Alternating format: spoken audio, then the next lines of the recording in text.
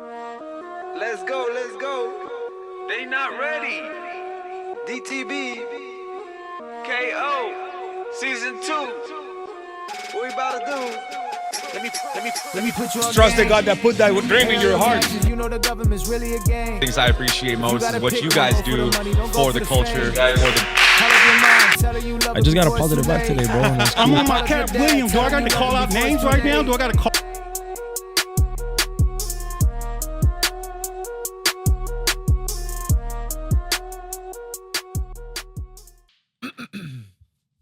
Hey, what's going on, everyone? Welcome back to a brand new episode of the DTB podcast. If you don't know what our podcast is about barber entrepreneurship, it's about business, it's about marketing, personal brand, and face. What's good, everybody, man? Today we're doing something a little different.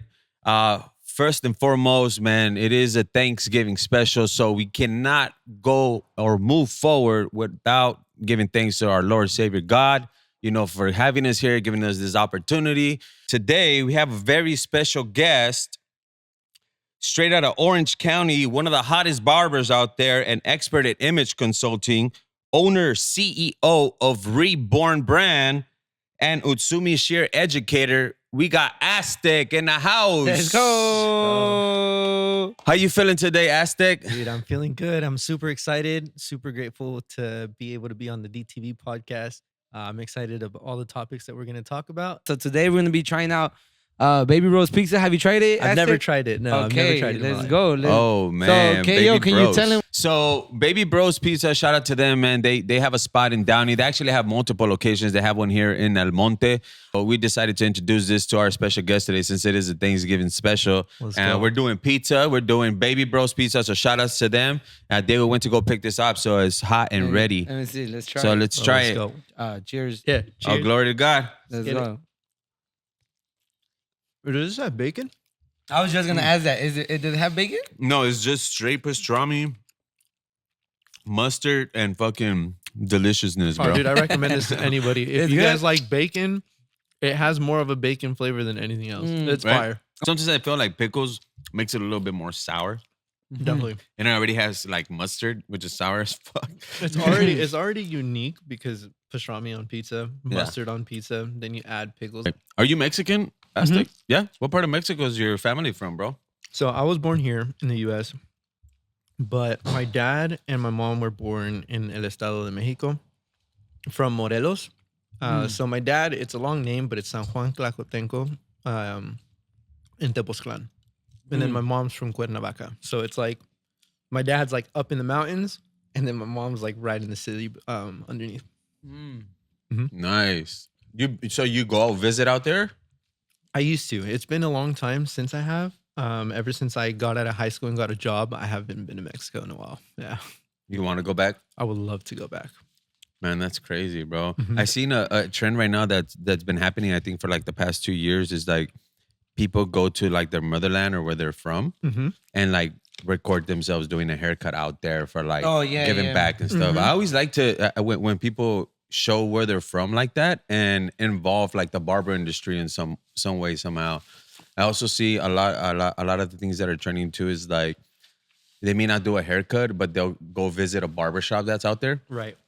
Yeah. And then just compare and contrast, like, dang, like, it's crazy how in the U.S., how the barber industry is and so developed and advanced than how it is back at, the motherland. Right. And I think that's something that I would love to do as like a life goal is to definitely travel and cut hair. I don't want to be very stagnant here. I would love to give myself the freedom to travel and do that. Because again, the beauty about barbering and just like hairdressing in general is it's universal. Yeah. Everyone in the world has hair. Mm-hmm. So if I wanted to go live, I don't know, overseas, it could be in any country. There's going to be a job for me. Yeah. Yeah. And that's, I think, the most beautiful thing. And there's times where I want to be super spontaneous and just like pack up a bag for a month and then just go. And take off. Huh? whether it's motherland or it's some foreign land that I don't know. Yeah. Of course, learning the language would be important, but I do speak Spanish and English. So wherever lands in between. then Yeah. maybe- And not to mention, like now, like we have technology to where you speak to the phone and it translates it for you. You have them speak and then it's crazy, bro. I used to work with this barber that used to do that a lot. He had just Right. got here from actually is Vic Blessed. Oh, okay. Uh-huh. He would he used to use that so much when he would get like English speaking clients and he wouldn't speak English. Right. He would like talk to the phone, show them, and then that's the way he would communicate. Right. Which I is think like is a great tool to it's use. super Why not? sick. Yeah, and I think besides having to verbally explain something to someone, we have visual representations. Yeah. Like you go Mm. into a shop, you know what you need to do, right? You need to Yeah. show them or tell them your haircut. So you could show them a picture and then like somehow talk over that, Yeah. even without understanding each other, which is, I think, super beautiful. And again, that's like a goal of mine is to actually travel. So yeah, I would love to go back to motherland and like cut there and kind of give people that experience. And yeah, I think it'd be sick. Yeah, I think it's interesting how the barber game hasn't really expanded to its potential yet. Like, there's still a lot of like, let's say like third world countries like Guatemala, Mexico, and like Costa Rica. They probably have barbershops, a few, but not everyone has gotten a good haircut. You get what I'm saying? Especially like the haircuts that Aztec is doing, like precision work, and I'm pretty sure out there they let their hair grow a little bit more longer, but they haven't gotten something nice that tucks in that makes them feel great. Right. You know, so there's still a lot of potential. Like you said, it'll be dope to just grab a bag, take off to Mexico or take off to like a whole different country. I was just seeing someone posted a expo in Japan. It was barbers in Japan, bro. Sick. And the vibe, the energy right there, KO, was crazy, bro. Like these Japan barbers were like turned up, bro. They were excited to be there, just like screaming, and I was just like, damn, bro. I want to go to an expo out there. That's the biggest thing about barbering and just like expos and stuff like that is here in the US, social media is obviously really big, and we all fortunately do have the luxury of having it, even if you have like a cheap phone. I feel like in other countries they may not have that, so they're not exposed to what good haircuts are. Yeah. They may not be exposed to like barbers themselves to be able to educate themselves to the level that we are at Yeah, here. We're yeah. very fortunate to have that, and I think how you're saying, it is very fascinating to think that there's a lot of people in this world who will go their whole life without knowing what a good haircut is. Yeah, that's true. It's mind blowing, right? Yeah. And it's a luxury. But again, we're very privileged, very thankful, obviously, for being here and having all that stuff. Because if we didn't have that, we wouldn't even experience what a good haircut is. Either, Yeah, true. you know. Hey, why did you choose your name Aztec? So this started back in like high school.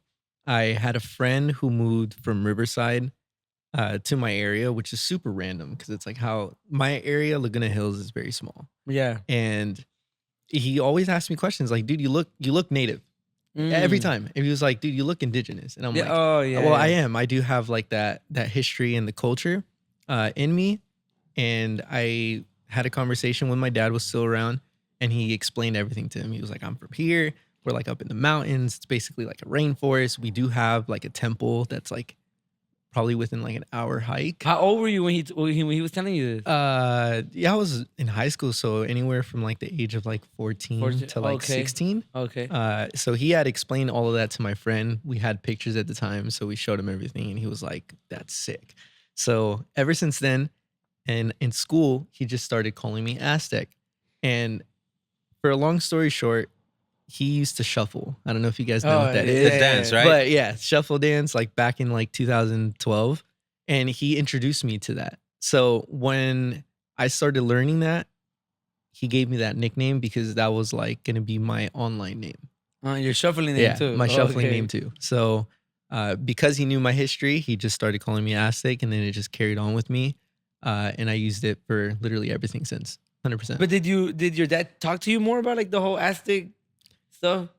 So I guess not.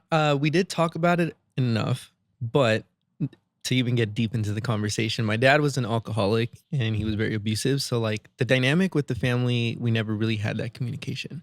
So we never really like had the time to really sit and bond, just because he was either always drunk or always working.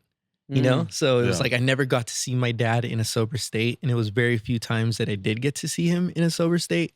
And like those little memories that I have of him being sober is like what I really remember and cherish. And that's it when was he like would talk moments to you like about this. it, right? Right. And it was like moments like this. So yeah, we didn't really get to talk about it, but when we did go visit, obviously my grandfather would talk to me about it, and he would speak Nahuatl, which is the Aztec language. Mm. And he was one of the few that spoke it, and there was a few more in his town that did. So I got to experience conversation in that language, and man, it sounds like alien talk. Like it is so sick.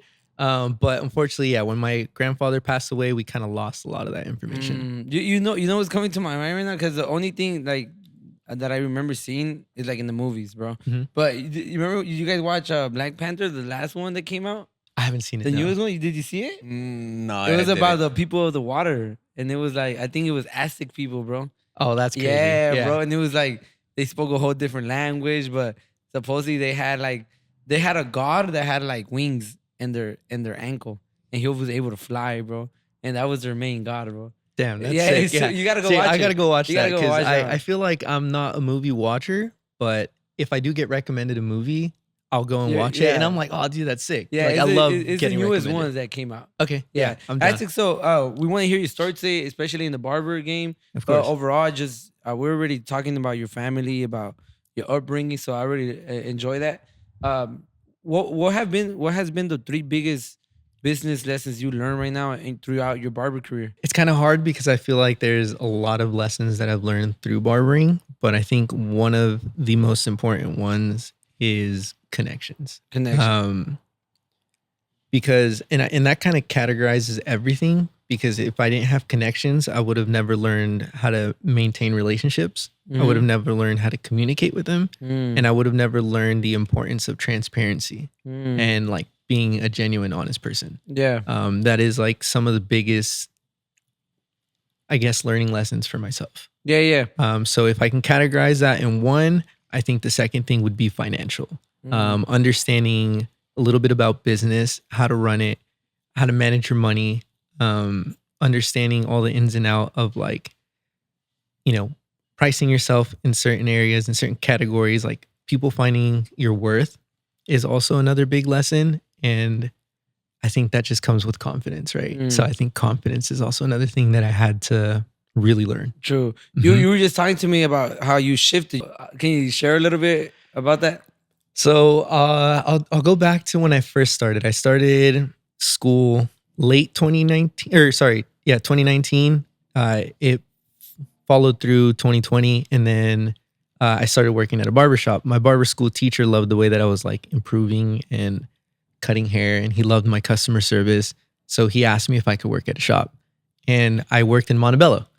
So I started there, and I worked at that shop for like 2 years. It was very established. So that barbershop, I think, was there for like probably like 8+ years.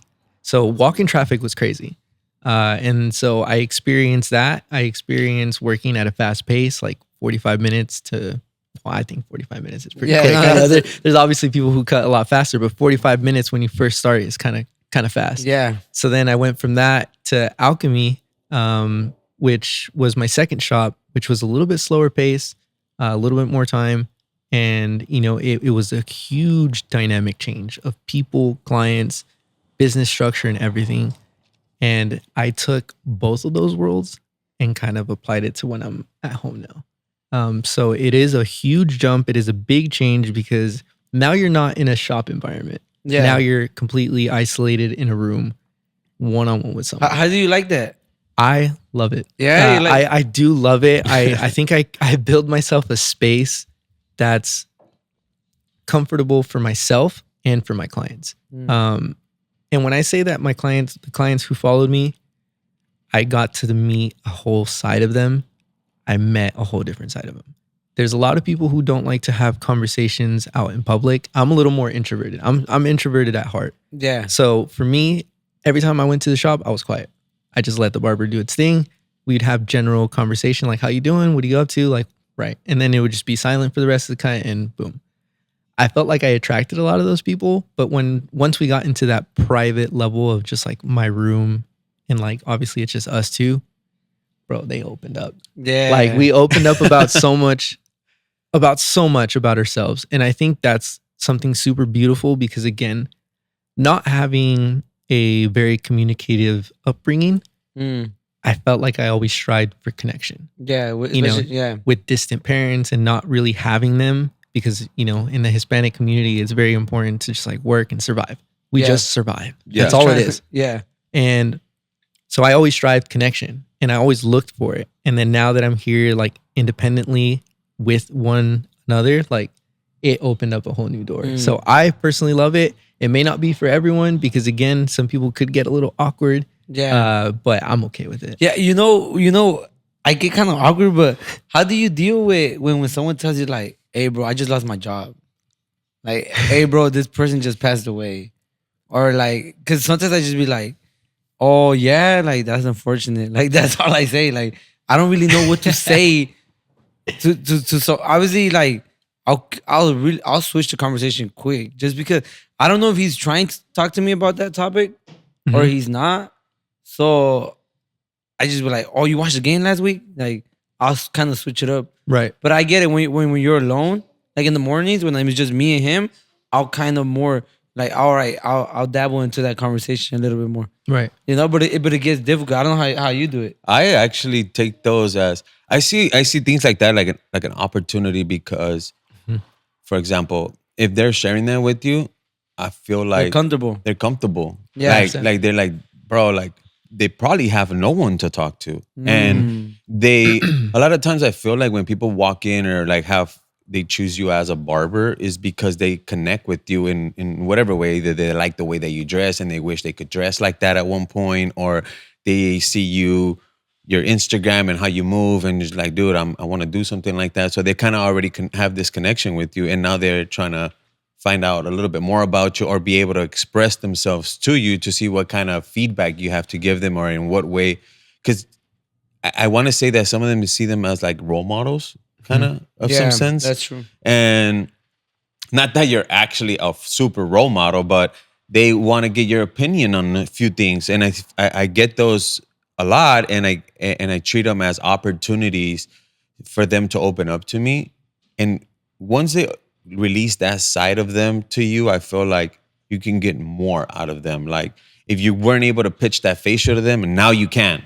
Yeah. Because guess what? This and this and that, they feel so comfortable with you that the person that never wanted to dye their hair, guess what? They just went through a breakup. They want a new look. Boom, you're the perfect person to do that for. You know, but if they never got a chance to talk to you about that, then they're going to go take their money elsewhere. Right. So I take those as opportunities. I feel like I'm very like fluent and like try to give the best advice that I can based on life experiences. And I try to use those things also.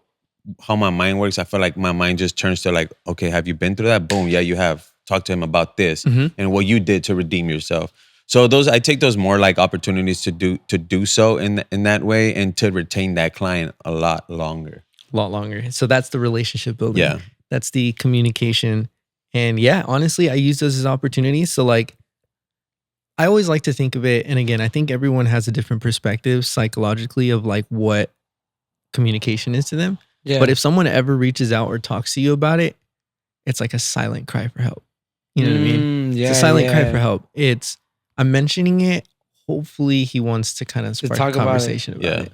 It's Sometimes just this weird, bro, when like there's like a big cholo guy telling me this, like I don't Right. think he wants to talk about this. right. No, and it's crazy because again, that's all suppression. It's all suppression. So, you know, everyone's lifestyle is different. Cholos probably go through a lot, realistically. Like they do probably go through a lot. Yeah. They're probably the biggest, softest people in the For inside. real. For real. Yeah. That is Genuinely. They just aparentan that they're hard and like Right, they're all right. blasted because they don't even love themselves. And it's survival. It's Yeah. all survival because they have to present themselves in such a tough way so that no one messes with them when deep inside they're probably hurting. Yeah. It's a really interesting concept in how we work psychologically and emotionally. But I think if anyone opens up, I always think about how I would want to be talked to if I ever mention that. Yeah. Because you're being vulnerable. Being vulnerable with someone will unlock a lot of things for people. Yeah. Yeah. And again, it's that strive for connection. And Okay, if you're you wanna- vulnerable with them, man, it's such a game changer. Thank you. You know, I got one. Cool. Thank you.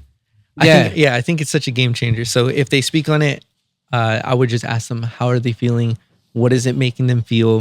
Like, do you want to talk about it? And even just a simple question like, do you want to talk about that? And just like, dude, just let them vent. Yeah. Do you want to talk? Yeah. I think that's the key right there. Like, just let them vent. And again, we have to remember that we're all human. We're all Yeah. going through things. And then we forget that when we're at a shop where we just think like, okay, I can't ask certain questions because professionalism, right? Yeah. And like, yeah, but at the end of the day, it's very personal. It's a very personal service. So if you ask them that, man, True. it'll. Actually, you know how when you were working at Alchemy, honestly, like I always have these questions. Like I had the same question for Nuko and all that. Like the conversations that you guys were having there, would they be like all professional? Because from the outside, social media, everything looks professional. Like, they probably don't joke around over there, or they probably don't talk about politics right there, or they probably not doing pranks on each other. Because I look at my shop, and my shop, since the moment you walk in, bro, you're already getting roasted, bro. Like, they be like, damn, bro, your fit is good, but your shoes,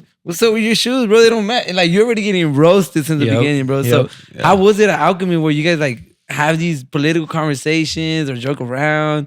So here is like the funniest part, because that's where I started noticing transition in dynamics of shop, because it did change.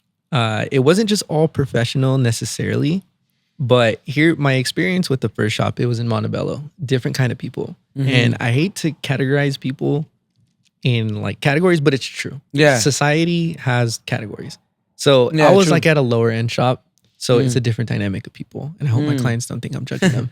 But, you know, because if they do see this, but it does change. Like lifestyle here in LA is going to be completely different than OC. Yeah, hell yeah. But we all still kind of go through the same hurts. Yeah. So, in Montebello, I felt like a lot of people like to talk about distractions, sports, movies, all kinds of things. Things that are just like pop culture, whatever is going on in media and society. It's very much like that.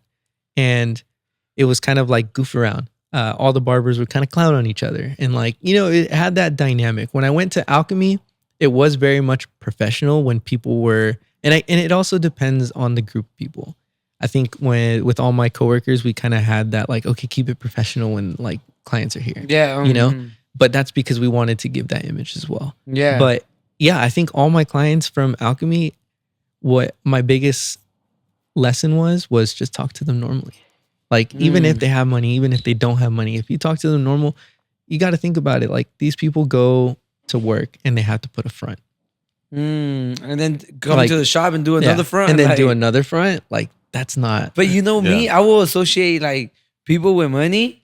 Every time I cut up a doctor, bro, from Harvard. So at first with him, the first conversations, bro, they were really tough, bro, because I didn't know what to talk. Like, can I ask him like about like what's he gonna do today? Like, is he gonna feel disrespected? Like, I didn't know how to approach him just because he had a little bit more money, you know.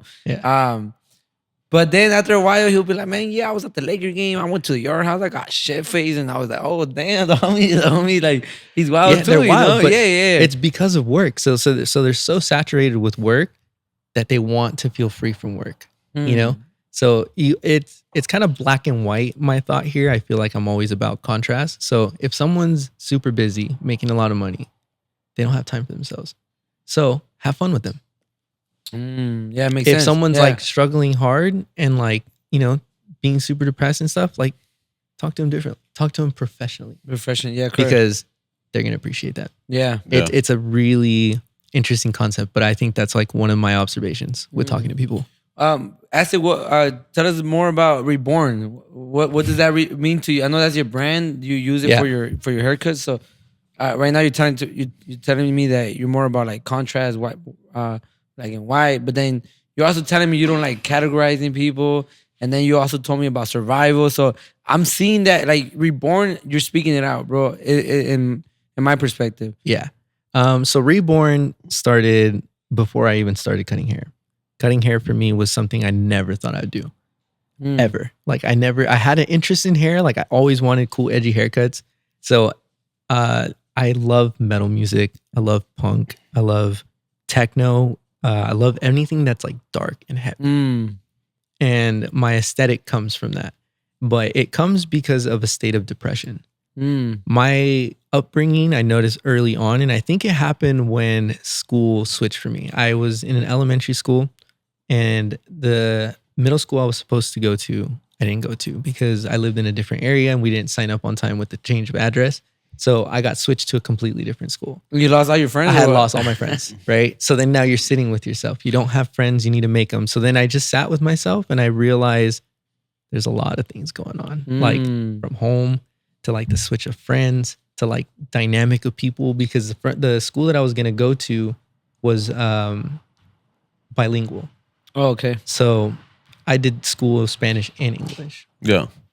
And then the school that I went to was white and like, white. The school that I went to, yeah, the school that I went to was all English, which was only American people. Yeah. So the dynamic changed. You got a lot of Hispanic culture in one school, which I can relate to.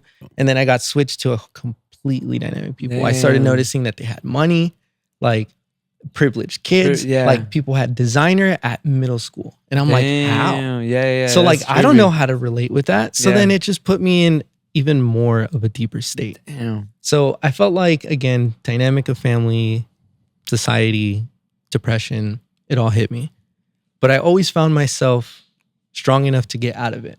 That feeling is like you're being reborn. That feeling of like feeling so dead and depressed to like snapping out of it and feeling alive again is reborn. Yeah. So when I was building that, I wanted to make that, and I carried that on for a long time, that name. I didn't know what I was going to use it for. I just wanted to do a lifestyle brand because I just wanted to do something with it. And then when hair came along, it just fit everything. It just fit everything. It fit right? everything. Yeah. You know, you come in, you're looking all dusty, your hair's all long, you haven't gotten a haircut in like a month or two. And then you get a fresh haircut, one that you really love and want. And it's that same feeling. That same feeling of feeling alive again, feeling that confidence again, like you feel reborn. Correct. So that's where it stems from. It really stems from depression and snapping out of it, feeling alive again. And with hair, it's the same thing. Yeah, you right now I was thinking about me when I was growing up too. My mom and my dad, they'll move school. My mom and my dad they'll break up. And every time they'll break up, we'll leave to the valley or we'll leave to another spot. So it's crazy that you're saying this because I remember I'm like in 3rd grade, bro, right? And this is like my 10th school, bro, in 2 years, bro. So I go in there, I'm like, I'm not talking to anybody anymore because I know like in a month, I'm out of here, bro. Because I remember like the previous times I'll go into a new school and I'll start making friends. I'll be like, like damn, the homie Alex, he's my best friend, bro. And then boom, we're switching schools. And I'll lose my friend, bro. But it was trippy because I entered this dark state. I remember I'm in 2nd grade, bro, like 3rd grade, and they sit me in school, and I'm just like this, looking at everyone like, I'm not talking to nobody today. Like I'm not making friends. I'm not, because I knew I was gonna leave within the next 2 months. But it was kind of like it's just interesting that at that young age we could experience that much darkness or that much depression, you know, and nobody knows. Like, and I remember some girl asked me like, do you talk? Like, do you talk to anybody? And I'm just like, damn, I didn't want to talk to this girl either, bro. Like, I didn't want to become her friend. But it's really interesting how that young we could be depressed. So if you were to self-reflect on that, you might understand why you can't have such a deep personal conversation with one of your clients. Because you told me that the moment that you heard that, you tried to dismiss it and try to change the subject. Yeah. Kind of goes back to maybe when you were a kid. You wanted to have a friend, but you're like, nah, can't do that because I'm just going to peace out anyways. So then you don't have that connection. And again, maybe the lack of connection turned you angry. Yeah. Subconsciously. So those are the things that like are so fascinating to me. Yeah, because sometimes what happens to me is like, crazy, damn, I don't know if I should be too vulnerable with this client. Like I just met this client. Like this is my 2nd time meeting him. I don't want to tell him about how I grew up. Like, what if he kidnapped me or something, bro? You know, there was this client that came in, bro, and he was so weird, bro. He was like, I'm ancient God. Like, this is my 4th time living this life. He's like, yeah, I got ancient blood in me. And then he's like, you have a family? And then I'm like, yeah. He's like, you married? And then, bro, I only saw him once, bro. Right. And I was like, I don't think I should be telling this to this guy. Like, I just met him, you know? Yeah. But he was telling like, what's your kid's name? Like, it was just weird, bro, honestly. But I left with like, damn, I should have never opened up to this guy. Like, I don't even know him. I don't know his intentions. Yeah. So that's kind of what stops me from being vulnerable sometimes too. Like, I just have this paranoia, bro. Like, because he was telling me, like, where do you live? You know, my dumb ass over here, like, oh, I live right here in East LA. I just moved, bro. Like, I should have just gave him my address already, bro, and my apartment number. But that's where I get stuck. Like, damn, I don't want to be too vulnerable at this point. You can kind of read when people him, there's probably a lot of things going on. Yeah, right? he was crazy, bro. They're like, without being judgmental in a hard way, it's just like you can kind of tell that he probably wasn't the person. But let me tell you something, because something for me to burst out of the introvert bubble was I talked to strangers a lot. I would hang out with myself. I wouldn't hang out with friends because I just didn't really care for them. So I would just go out by myself, go get some food, and compliment a random stranger, and then like try to have a conversation with them. And sometimes it would be a little bit deeper connection. And it's cool because that's how you get your practice. So even if you felt like that was the wrong person, you at least tried it. Yeah. Which can make a huge improvement. Correct. But I would just go out by myself. I would go to bougie restaurants just by myself, like eating alone. Damn. And people look at me like that's weird. Like, I don't know if you guys can eat alone. I did. No, yeah, I've done that. I've done that. I love that type of stuff. It's fun. I think it's cool. And yeah, I think even opening up to a stranger, it's fine. It's practice. It's all practice. And like, if you're aware of it now, you can go out and try it. Yeah. It's funny that you say you're an introvert because I do not see you as an introvert, but What? maybe when you were younger. I do, bro. Like, do? Why? I do. Like, okay, so I've been to a few shows that I ran into him, right? And I seen him, and to me, it's like, fuck, he's locked in, bro. Yeah, he's Like, locked in. Like, He's locked in. Like, you usually see other people, they're chilling, they're talking, they're cracking up and doing all this stuff. And it's like, dude, this dude came to educate, take care of his work, put his name out, network, and get back to business, you know? That's how I would see him. But then it was not until, I think, you were at LYC, right? Yes, I was at LYC. You were at LYC. Yeah. So at that event, I got a little different image from you, bro. Like, there was a lot of different people there. And I seen you like in your circle, like in your niche, and you were cracking up and you were having fun and stuff like that. And I was like, oh shit, like this time, I guess, you know, we're in his, because we were in like, that's their side, huh? we were like on a different side. It was in LA. I think it was like Pomona or something like that. And it was a lot of people from OC coming over and a lot of people like that. And that's when I was like, okay, I see where the type of people that he's more comfortable around opposed to other places and stuff. But to going back to what you were saying in regards to like being in a dark space and finding that out at such a young age, right? How do you find light, or what gave you light or to carry light to be like, hey, you know what? Like, I'm just going to go out by myself. And you have to have some type of spark or light to be able to, you know, start that conversation with a stranger, especially, you know, something that you probably can't even do with your own sister or brother if you have any cousins or anything like that.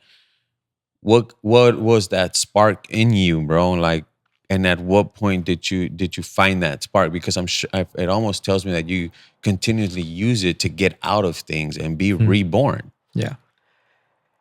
To answer that, I think it all comes from desperation.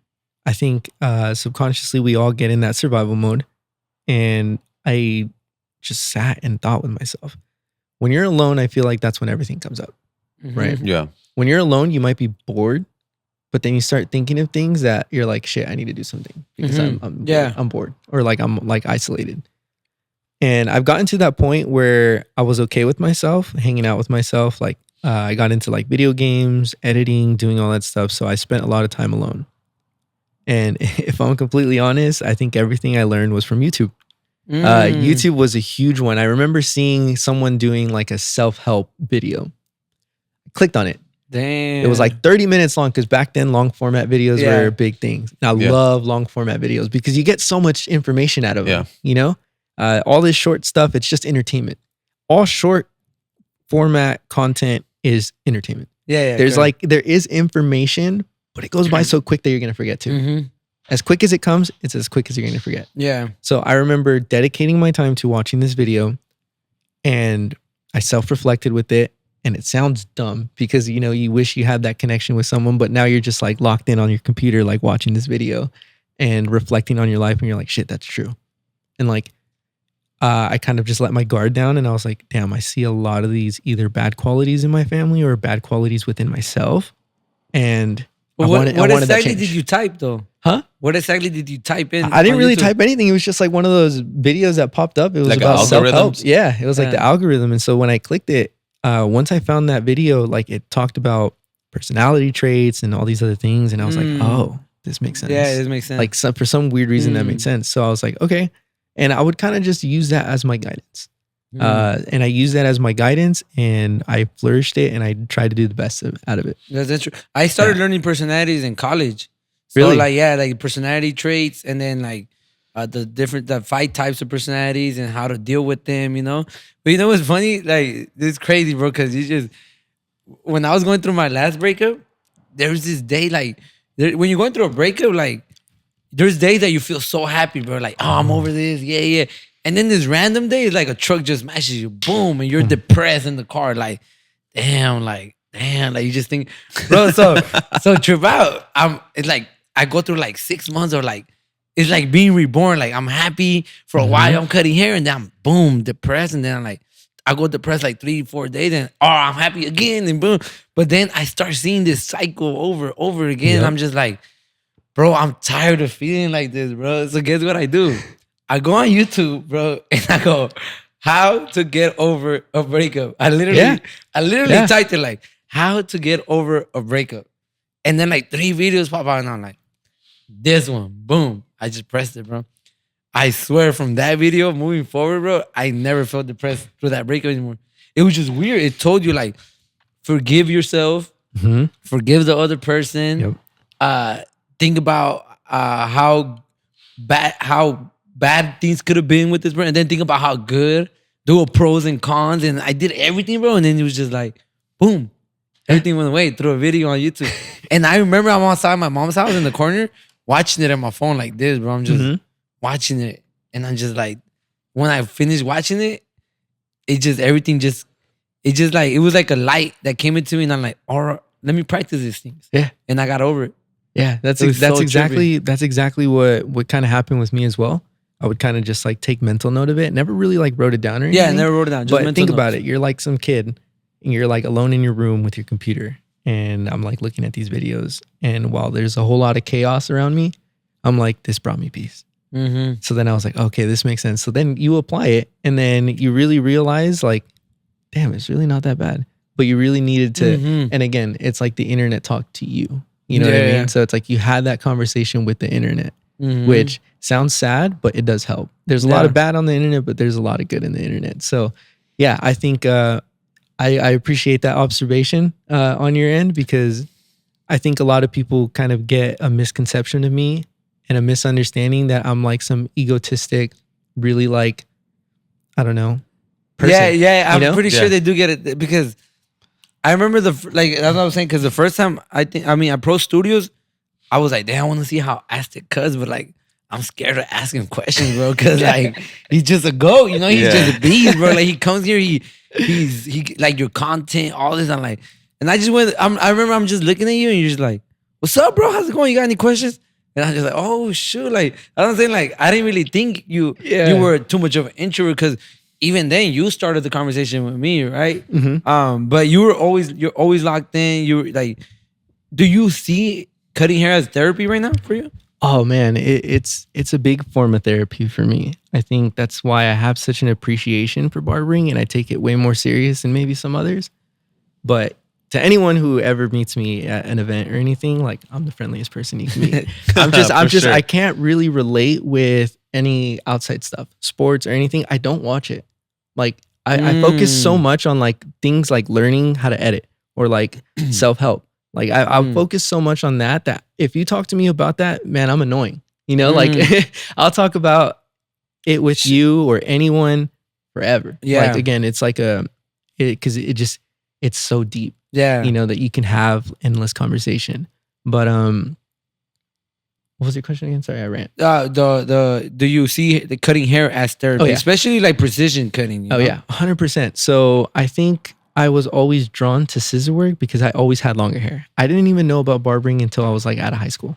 And I was that one friend from Riverside because he was a pretty boy. So he had like the tapers, like the lineups, like this kid had it all. He had like kind of like a wavy-ish hair. Yeah. Like he was like everything I wanted to be at that moment, because that was the style, jerking and like, you know, the shuffling, that whole era. And I was like, man, that's sick. Like I've never met. So he took me to my first barbershop and gave me and paid for my haircut. You paid for your haircut? He paid for my haircut. He was that good of a homie. Hell and my mom yeah. hated him because he thought he was like a bad influence. Yeah. Which I'm not gonna lie, he really was. Like you know, like to smoke, drink, do all this stuff, and like Yeah. he just lived recklessly. Like and yeah, I kind of just like learned from that, and I was like, okay, I appreciate him so much for that, because yeah, I would have never known about hair, but I always liked longer hair, so I got into like precision cutting. I got into scissor work.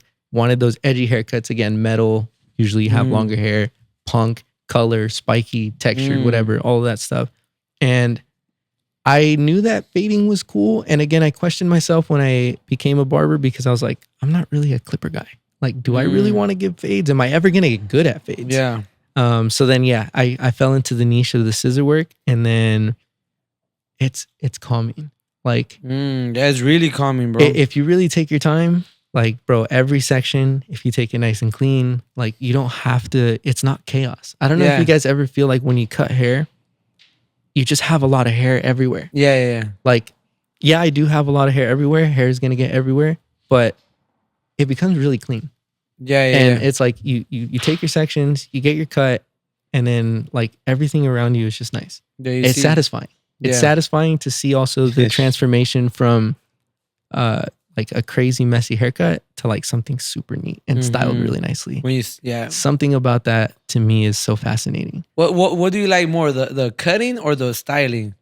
If you could choose one, like, damn, which is my favorite? Because my favorite one would be styling it. Like, once I'm putting the product and I'm seeing everything come together, I'm like, oh yeah, bro. Like, and then the hairspray, and then just like the diffuser, whatever, bro. Like, all that for me is really satisfying. Yeah, I think both. I can't really say which one's my favorite, because if you don't cut it right, it's not going to style right. Yeah, correct. You know?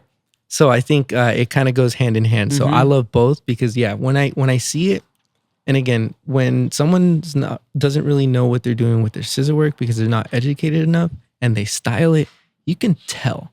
You could just see it, where some of the hair is like very chunky, heavy. They want to spike it up, but it just doesn't look right. Yeah. And it's like, then you have someone that's like super precise, and then they texturize it right, like with all the internal texture, and bro, the hair just looks flawless. Like, it's just like wispy. It's light, and like you can manipulate it in any way that you want. Like, that is a luxury. And I think that's so beautiful in hair. So like, yeah, I think they go hand in hand. I would say both. They're both my favorite. Aztec, so regarding like the expos and the barber game, how has it evolved from your perspective? Shoot. So So the last 3 years, we were talking about the expos when we got Yeah, here. You know, yeah. like, you got to a couple, we seen you at some, but we also don't see you at some. Yeah. I know that's like your own personal reasons, but how do you feel about it right now? Like, did you see we wanted to show you this video, right? What was it, the barber plug one? Yeah, the barber plug, Barber plug? the barber plug experience promo video that just dropped. What was it, last night? Yeah. Like midday yesterday. Let me show you this video. So I was just, I liked it. Kaya was telling me too, because I do see right now everyone just throwing expos week after week after. I feel like, damn, like, at first I wanted to go. Remember, like I told you, I want to go to all of them, but then I'm like, hell no, like, Bro, I got it's things to do, exhausting. bro. Yeah, It's I got things exhausting. to do. Yeah, I think with the expos, I do love them. I don't go to many of them unless I'm invited.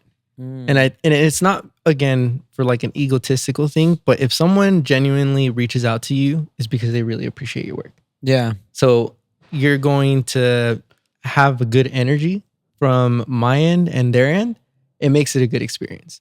If I know that it's more attention grabbing and stuff, you're going to have a completely different experience. There's also like a different dynamic of people that go. Yeah. And it's not mine, you know?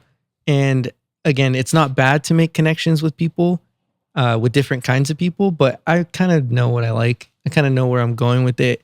It is not all flashy for me. It's not supposed to be like that. It's not flashy to me. To me, it's so personal that like I care more about if someone sees barbering or hair in the same way that I do, or we can relate, and I see the passion in it, whether it's like hair, photography, video, like I will want to connect with you. That's it. And Correct. like we can make something sick. Dope. But with expos, I do like them because I'm not gonna lie, all the cuts that I've seen, crazy. They're you know? crazy, right? Yeah, They're yeah. super crazy. And like, I love that because I love that innovation. I do love seeing those creative haircuts. I guess that leans into the haircuts, and that's like enhancements. I think that's sick as hell. I do love enhancements. I do appreciate enhancements. I don't personally use them much. I have used them, but I've never personally seen like what their crazy haircuts look like afterwards. You know, after he like washes after off, the right? show, yeah. Like, I think, do they use dye or is it just enhancement that washes off? So it's just enhancements, no? Man. It's now, bro. Now it's enhancements, pencils, glitter, Makeup. contour, Yeah, contour. and the white crazy pencil that everybody's using to make everything pop. Yep. You know, like it's a mixture of everything along with a full-on special makeup effects on your face. Yeah. It's crazy. It's Yeah. crazy. Like beyond the haircut now. It is So- beyond the haircut, and I think all of that stuff is fascinating, right? Because again, it is art. Doing the makeup, doing Yeah. the hair, Yeah, connecting correct, all of correct. it together, Mhm. making it seem like I'm all for it. Because I did do a fashion show a while back, and I can appreciate that a lot. Like, you style it a certain way, they dress them a certain way for the hair. Like, it's all connected, and I Mhm. think that's great. But how many people are going to use that? Like, again, because of it's a barber expo, and like you want to network and learn these things. Like, do you really want to learn how to do makeup and all that stuff? I Yeah. think it's great for show. It's a very artistic thing. I'll never knock it down. I probably couldn't do something like that right now, like a whole makeup and everything. But yeah, I think if it's like barbering specifically, like it is cool to just have barbering specific, Yeah. you know? Yeah. Yeah. But what were you going to say? What did you think about that video, Kale? About the barber plug video? The barber plug video opened like it kind of took the words right out of my mouth. Like everything that I've always wanted to say, like he kind of put those bars together that's so relatable. Mhm. Like we've been going to shows back to back, sometimes driven a few miles away to go and check out the scene somewhere else, and I'm starting to constantly see the same vendors, the same competitors, Mhm. the same judges. Yep. It's just a thing that it's not helping the industry, just hurting the industry now. Mhm. Because you can't network with someone that you just saw at the last two events. Like, Yeah. we already networked for like 3 hours. You already talked to him. You already did that. And the same people are going here over and over. I just feel like now it's more of a money hungry thing that they're doing. Like, Yeah. they know people are going to compete. The competition scene is hot right now. The competitors are itching or were itching in the summer to compete. And now they're competing at these back-to-back events. And a lot of them are taking L's. Mhm. And the L's that they're taking, they feel like has to do a lot with the judging panels, the people connected to the people that are competing, that are part of the judging panel, and a whole mixture, a can of worms of all of that put together, where somebody needs to do something about it. You know, like somebody needs to step up and be like, hey, we're changing the game. And I felt like the barber plug would be a great person that connects, that does everything. You know, he makes jokes. He goes and shakes people's hands, goes to events, gets booths. He does videos. He has a whole YouTube series. So he has a full around circle of connections, let alone of things that he tested the waters in, that he's like, okay, maybe I can do it. You know, to actually bring education, real networking, real growth, and the way that these expos make you feel, that make you go harder when you get back home. Yeah. You know, now you're going to the expo and you're like, I'm not spending 5 hours here. Mhm. I'm not, because I already walked this thing 10 times and now I just want to just be gone. Yeah. You know, and some of us stick together and stick around a little longer because we want to see if the person that we know or we look up to wins that trophy or whatnot. Right. You know, but as far as like the educational part is very minimal now. At any of these barber events, there's almost no education. Yeah, true. They have showcasers, but the showcasers are trying to they're working, they're doing their best, and they're sharing their Instagram and stuff like that. But they wanna show you to send me a DM and I can, answer your questions or stuff like that. Now it has just gotten to that extent to where there's really no education. Before, you would get the educational program first and then stay for the battle, for the fun part and all that stuff. Right. Yeah, correct. But you're already well educated. I like how Jay Majors puts his things together. If you want that education, if you're serious about it, you're gonna get up early. The classes start at what? 8 in the morning, 7:30 in the morning over there at CT Barber Expo in Las Vegas. And the people that really want it, they're gonna get up early and go. Even if they have a pre-party the night before. Right. You still see these classes packed out. People are getting their education, but just these battles after battles and these events that continue to happen that have no purpose but the people that are throwing it for them to make the money, it's not doing anything besides having good eye candy at those shows, looking at these awesome haircuts that are being visible and all that. But that's it. Yeah. That's it. They can't get any more credibility than that. And I feel like a lot of the credibility has to do with education, networking, a full around whole event that has an actual purpose. Yep, I agree. I think one of the biggest things that I've observed as well is that I think most of these events have become just parties. Just parties. Like they do everything. Like, man, I mean, not to knock on anything either, but it's just like they'll bring all kinds of attraction. Food, vendors, like music, dancers, music, DJs, like, and it's cool and all, but again, it's a hair event, and then it kind of lost that. And again, they just forgot to put BYOB in the bottom. Yeah. So it's kind of like a, quantity over quality, Yeah. And I think the less we have them, the more we're going to like, everyone gets Appreciate to experience life a little bit, come back and have something to talk about. Yeah.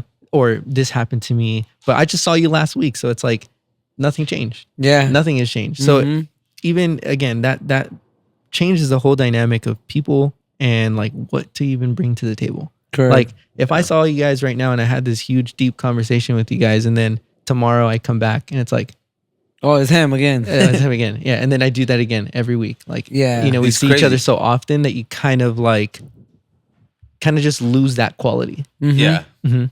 Yeah. Another thing too so when I was at Los Angeles Barber Fest, the Halloween edition, and I was talking to a few vendors that I know there, and they were sharing with me how, I always tell them, how's everything going?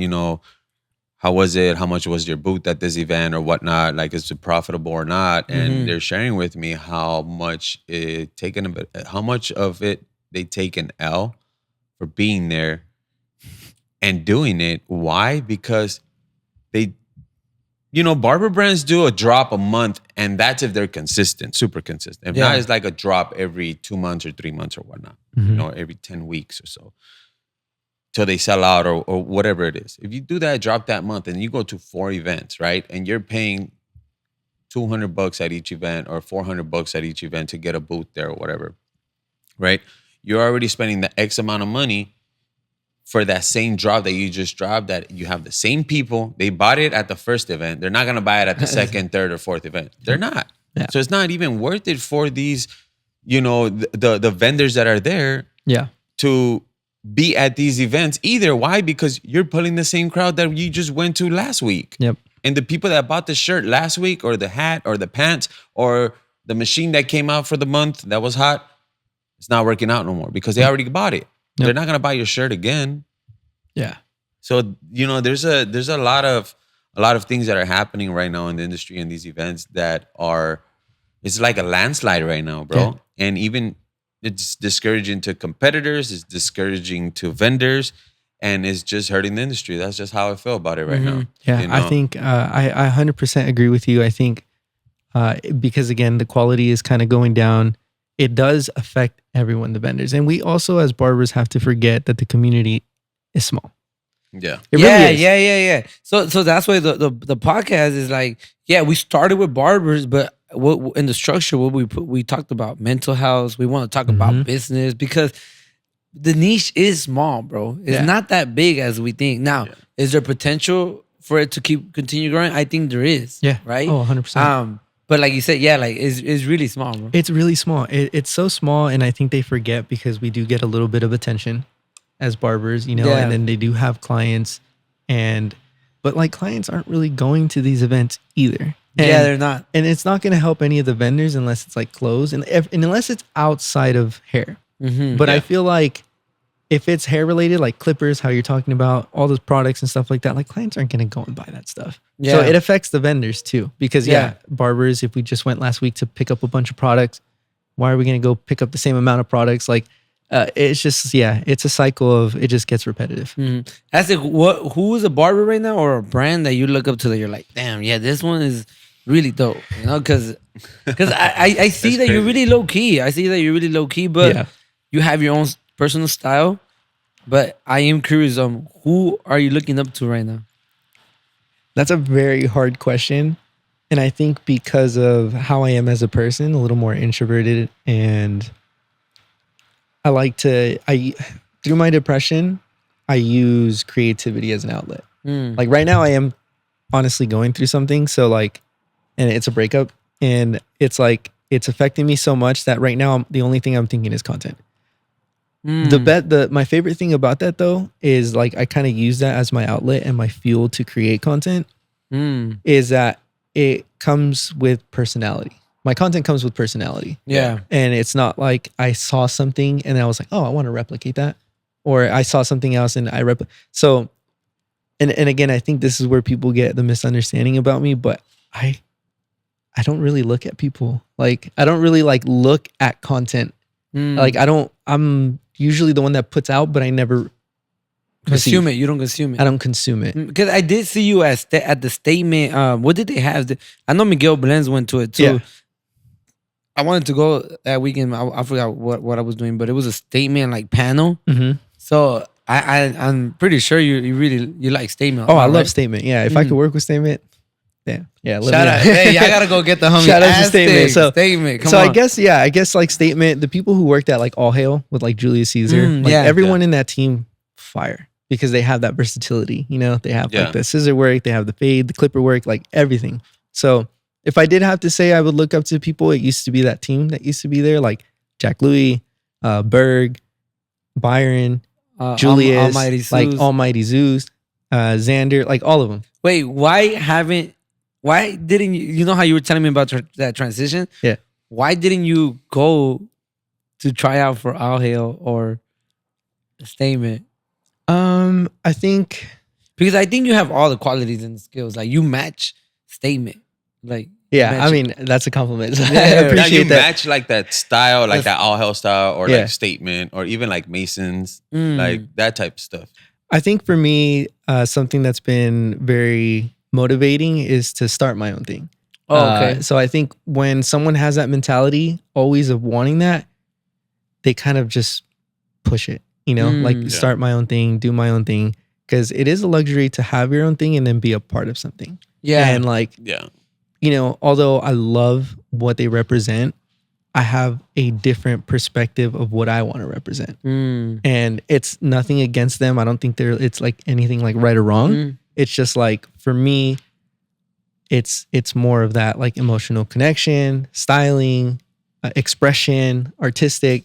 And for them, it could be something different. Yeah. So I think that's like one of the biggest things for me is just, I've always wanted to own something. I always wanted to make my own brand and express it just a little bit different than what I normally see. And I think that's why when we talked about the content and why it may not attract, it's because it's maybe a little too different. You know? Yeah. I always have the fear of making content that's too depressing. But I always want to make depressing content. Hey, but trip out. Like, I remember I was hearing the podcast. It was like Junior H and Eslavon. And they were asking him, hey, why are your songs all sad? Like, why are you so sad? And he's like, bro, that's what sells. Like, people want to listen to sad shit. You know, like, everyone's sad out there, you know? So, Everybody. honestly, bro, like, in the Rose book, too, he talks about this one song when he popped out, bro. The first song that made him blow up was a song where he was vulnerable. And he was talking about him being sad. And that song, like, he never expected it to blow up. And it blew up, bro. Just him being vulnerable and stuff like that. Being vulnerable is one of the most powerful things. Yeah, I'm telling you. Yeah, because that's how people crazy. you breathe. You create brand association. So it's like people could relate to your brand. It's like, oh yeah, I'm going through this too. I feel this way too. I feel depressed too. Let me go look into his content. So as lame as it sounds, but I do sometimes want to have like a bubble of like those people because I'm going to be honest, like true artists, and it can go with anything, painters, music artists, like hairdressers, whatever. The ones that are like super passionate about it and like are really good to like a point where you're just like, that's different. Guarantee you they're depressed. Have some form of sadness, anxiety, or depression. Like, because it's like their outlet. You kind of hyper focus on it to the point where you kind of get good. Kind of like Kanye, huh? Yeah. So like they say that Kanye has like disorders or ADHD, but he's so creative, bro. Like, and then you look back at it and you listen to everything, and then things are happening now. But again, it's because he probably just sits and observes. So the power of sitting back and observing is huge.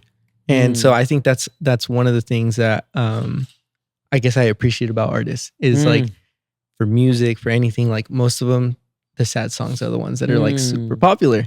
And even if it's uplifting, that's the thing too. It's like it's uplifting sad music. Yeah, it's uplifting. So like you're getting best of both worlds. Yeah. You're getting the joy, but then you can relate to it when you're sad. And but it uplifts you, but you're still sad. You know? So it's like you're really triggering the mind. You know what comes to my head right now? That movie Inside Out.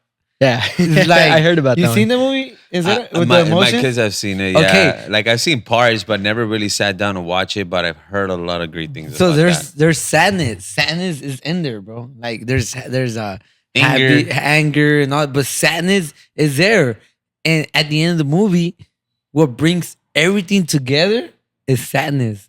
Sadness makes everything come back to life, bro. Because it was just it's a good movie. Like you guys should go watch it. But and when I was watching, I'm like, man, they should have never put sadness right there. Like she's just whack. Like he's a whack ass character, bro. But at the end of the movie, she brings everything all together, bro. And I was just like, damn, we need to feel sad. Yeah. Because it goes back to your reborn brand. Like if you don't feel sad, how you gonna feel happy? Exactly. You get me? Like yeah, it's a fascinating concept, and I think some people unfortunately get so sucked into the sadness that they don't find a way out, right? And that's what hurts the most because they probably felt incapable of being vulnerable with someone. Because all it takes is one deep conversation to hear a little bit of validation. Like if any of you guys reflected right now on anything, like you're probably feeling like a little bit of comfort out of this conversation. Yeah. Because you're just like, holy shit, like all of this is true. And like, it just takes a little bit of vulnerability. Yeah. And then I feel like a lot of people are always, like we were talking in the car, like people are always holding up this front of like, we're always happy. Everything's always good. There's nothing bad in our life. But when we come home and we take off our shoes and we sit in that couch, we're like, damn, I need to pay this. Miserable. I haven't called my dad. I haven't called my mom. Like you start feeling all of that. You start feeling all of it. And one of the biggest things that I would like to bring awareness to is that that's what my brand is really going to be about. I want it to not be so... I mean, I guess that the only way I would want it to be is to look depressing, right? To be sad. To be all dark. A sad brand. But the saddest that brings brand. joy, right? Yeah. It's like I throw on this sad sweater and I feel happy. Yeah, that's great. But I think like it's so powerful to the point where I want to influence that with my clients. Because again, we do have these like really deep talks. I've had clients like cry in my chair. There was a time where I cried while cutting hair, and that was back in like 2021. My dad had gotten an aneurysm and my mom got a stroke. So I had my both parents in coma for a little bit at like almost the same time. So it hit me to the point where like, tough. You, and this was during barbering. And again, barbering is like the only thing that was there for me. But you still have to go to work the next day, right? Because you have appointments and all that. The connection, talking to people and everything, it helped me. But what I'm fortunate about is that we had face masks because they couldn't see me crying. Dude, I had my hat on. I had a face mask. You could barely see my eyes. People knew who I was already because before pandemic, right? And they would see my face. But dude, there was days where I would cut hair and I kid you not, like I couldn't control it. Could not control it. Like I would have a conversation with them. And again, dynamics different. So like I felt like I was more quiet. I was just chopping it up and cutting. But like just eyes red. tears falling. Like I didn't even want to talk because you can already hear my nose all stuff. Like for months. Yeah. Yeah. And I think Damn. for months I've cried cutting hair. When I first started barbering school, I got cheated on. So because I guess the girl that I was with thought I was just like hanging out with all these chicks. But like, again, I'm super introverted. So like, I don't even reach out to people like that. And so when I got cheated on, bro, during school, I was just a depressed mess. Damn. And then with the whole parent situation, I was a whole depressed mess. Like, and then it was really big. It was a huge transition. But yeah, I think one of the most important things is mental health. And if I could say something now for everybody, it's to really check yourself. Check yourself, check in with somebody, talk to somebody, because it goes so down deep to the point where you go out every weekend. You're sad.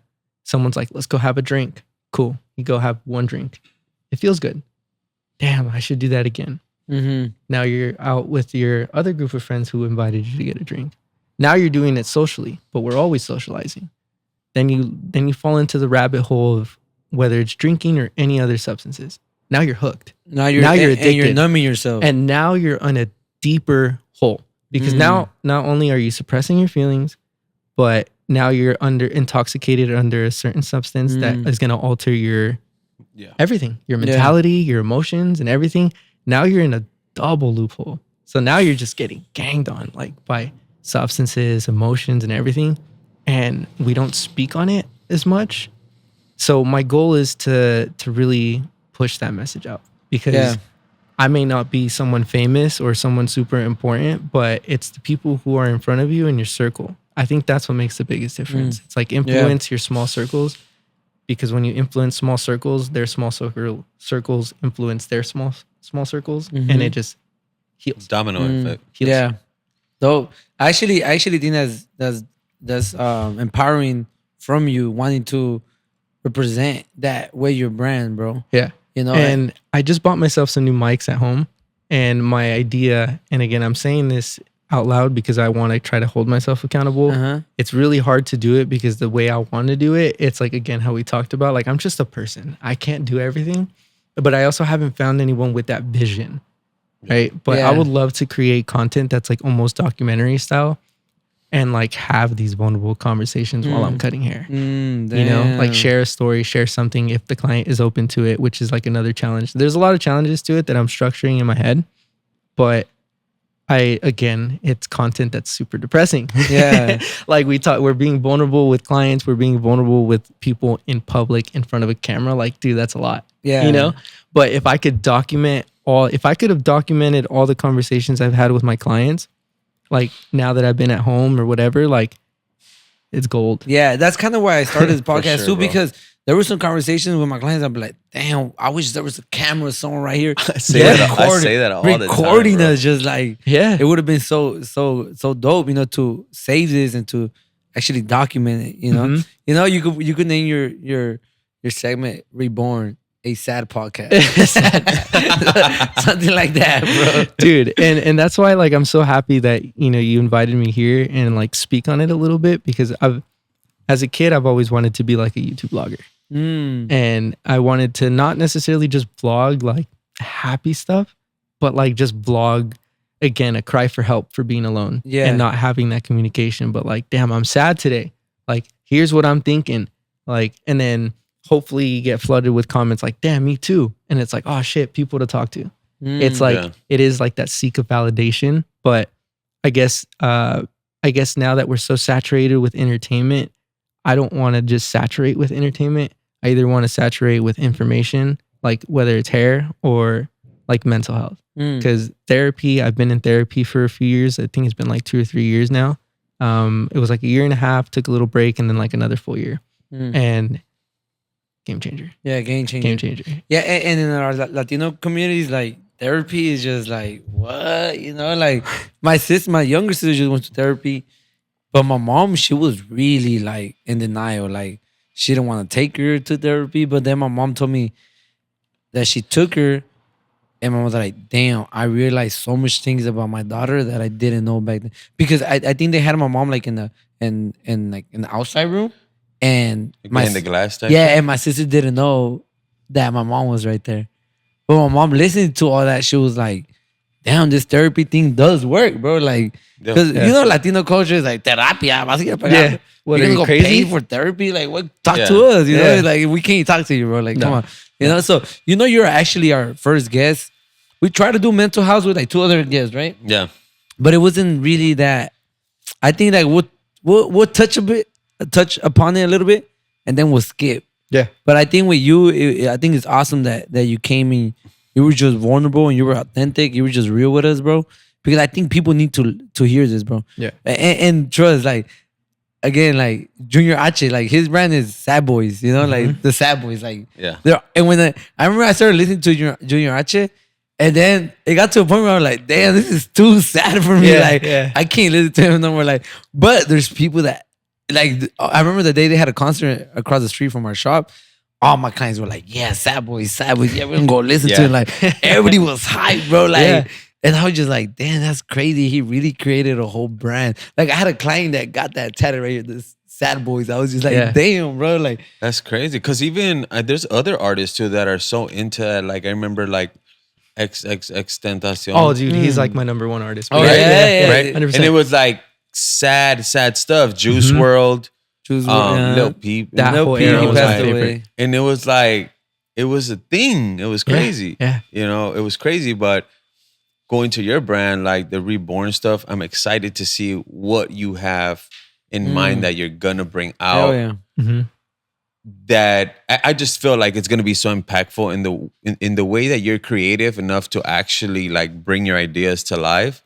Like, I'm excited to see what you're gonna do with this Reborn thing, and not just that, but how impactful it's gonna be to these people that feel like they have no outlet, and now there's this mine of gold there for them to pick off of. Yeah. You know, and let alone they could become your clients. You could become their mentor. Yep. You know, which is probably one of the things that you're aiming for, to be able to help people at the end of the day. Yeah, I agree. I think one of the biggest things, it's like I not that like I don't like what you said about being a mentor, but I also feel like I'm learning a lot. So it's kind of a weird thing to hear, like I would want to mentor someone. I just think it's connection, right? And Yeah. like because Fulfillment. I'm at the same level with them. Like, I don't ever want to be like, oh, I'm up here, I know this much, and then like you need to do this to feel better. Like, it's never that. It's more just vulnerability with each other, and then like kind of growing together, growing in that connection with each other. And it's so, yeah, I get scared of making that content because a lot of it sometimes I know it'll attract if I do it outside of hair. Like, if I make depressing content outside of hair, like, and it gets other people engaged, which can turn into my clients, which can, again, it's like a whole strategic thing. I think marketing and stuff, like genuine good marketing, is fascinating because it's psychological. It's all psychological. But yeah, I'm super excited to be able to try to push that and work on it as much as I can, because I want to bring that awareness to everybody. And I think we all suppress, and suppressing is like the worst thing you could do. Yeah, true. There's gonna be a moment where you just like, you're a ticking time bomb, bro. Yeah. Like, if you suppress it so much, there's gonna be a moment where you just spaz out, bro. You lit up the whole room on fire. And That's dude, crazy. I love that you mentioned XXXTentacion, because I love him. Like, he for sure, like when I first heard him, it was like before his whole story, right? The whole jail thing. I remember hearing it. I told my friend about it. He's like, dude, this is weird.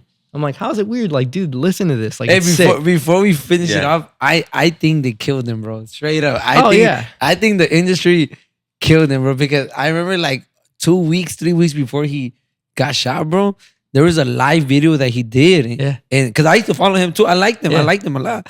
And he was like, they're trying to kill me. And he was letting people know they were after him, bro. Yeah. And then I think that video got taken down. And then 2 weeks after, like, he died. Yeah. And Dude, I think he was trying to expose so much of the industry, of the rap industry, bro, that they were like, nah, we ain't letting this guy expose no, it. And no, not at all. And I think, well, again, do you think that too, that they killed him? 100%, because we go back right now to talking about Kanye. Mm-hmm. Everyone thought he was crazy, and then like now, like apparently cloning is a thing too. whole conspiracies. I'm like, everyone can believe whatever they want to believe. But I do believe that there are some people in control, of course, like people who are allowing it to be televised and on big platforms. Like they have that control. Yeah. So, the whole P. Diddy thing with like all the people around him and like those probably the people who are controlling it. And so, yeah, there's other artists like Michael Jackson and the list of people who were quote unquote woke all end up dying. It's just not normal. It really just is not normal.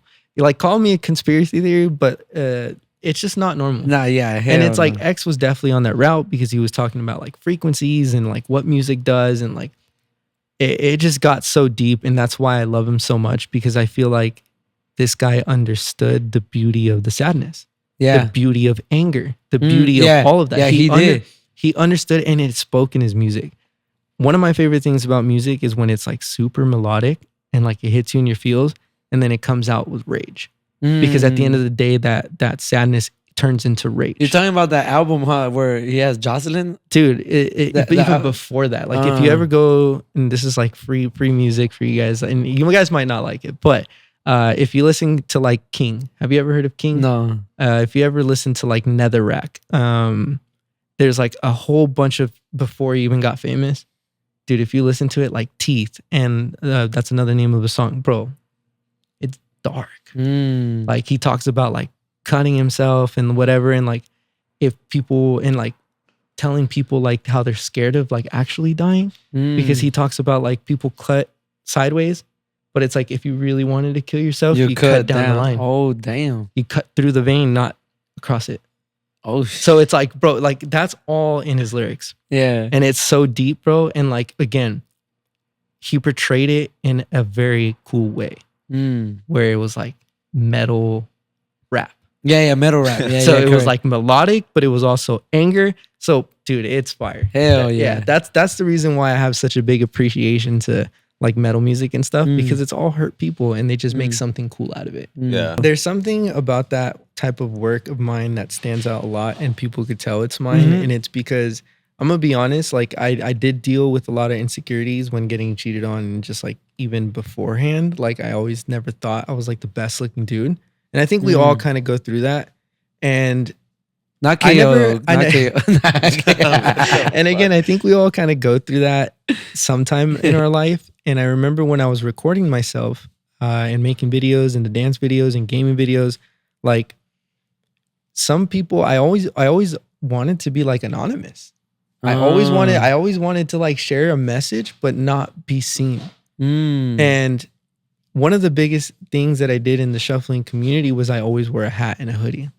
I never shuffled without a hat and a hoodie, and I always had low lighting because I didn't want people to see me. I didn't want people to know who I was through the internet. I kind of hid my personality with the ASTIC name and then my personal life. Like no one ever really knows my first name.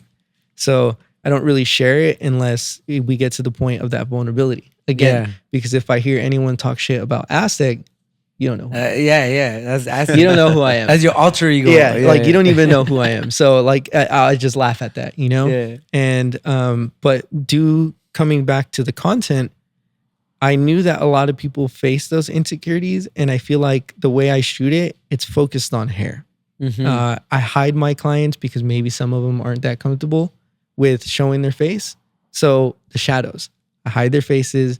But again, it's also masculine to just highlight certain structures of their face. Yeah. And it kind of gives them this mysterious look, which looks badass, which looks more masculine, which again, they have a cool edgy haircut. So it was all stemming from depression.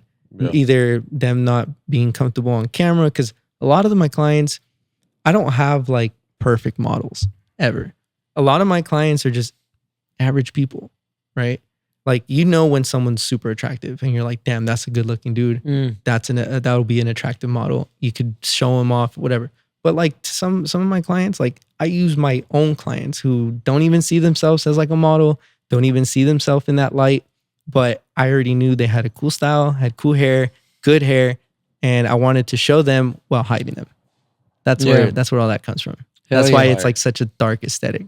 But again, it stems from everything behind that, like the story behind it. KO, you want to wrap Thank you it up? so much, bro. I really appreciate you sharing with us and the audience, man. I think this is a great segment, let alone being a thankful Thanksgiving segment, man.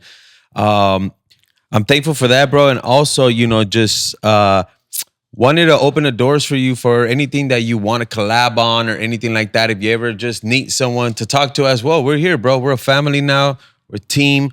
Whatever it is that you need, these doors are open if you ever need to shoot content even here or whatever it is. Yeah. I'm excited to see everything about your brand like I told you before.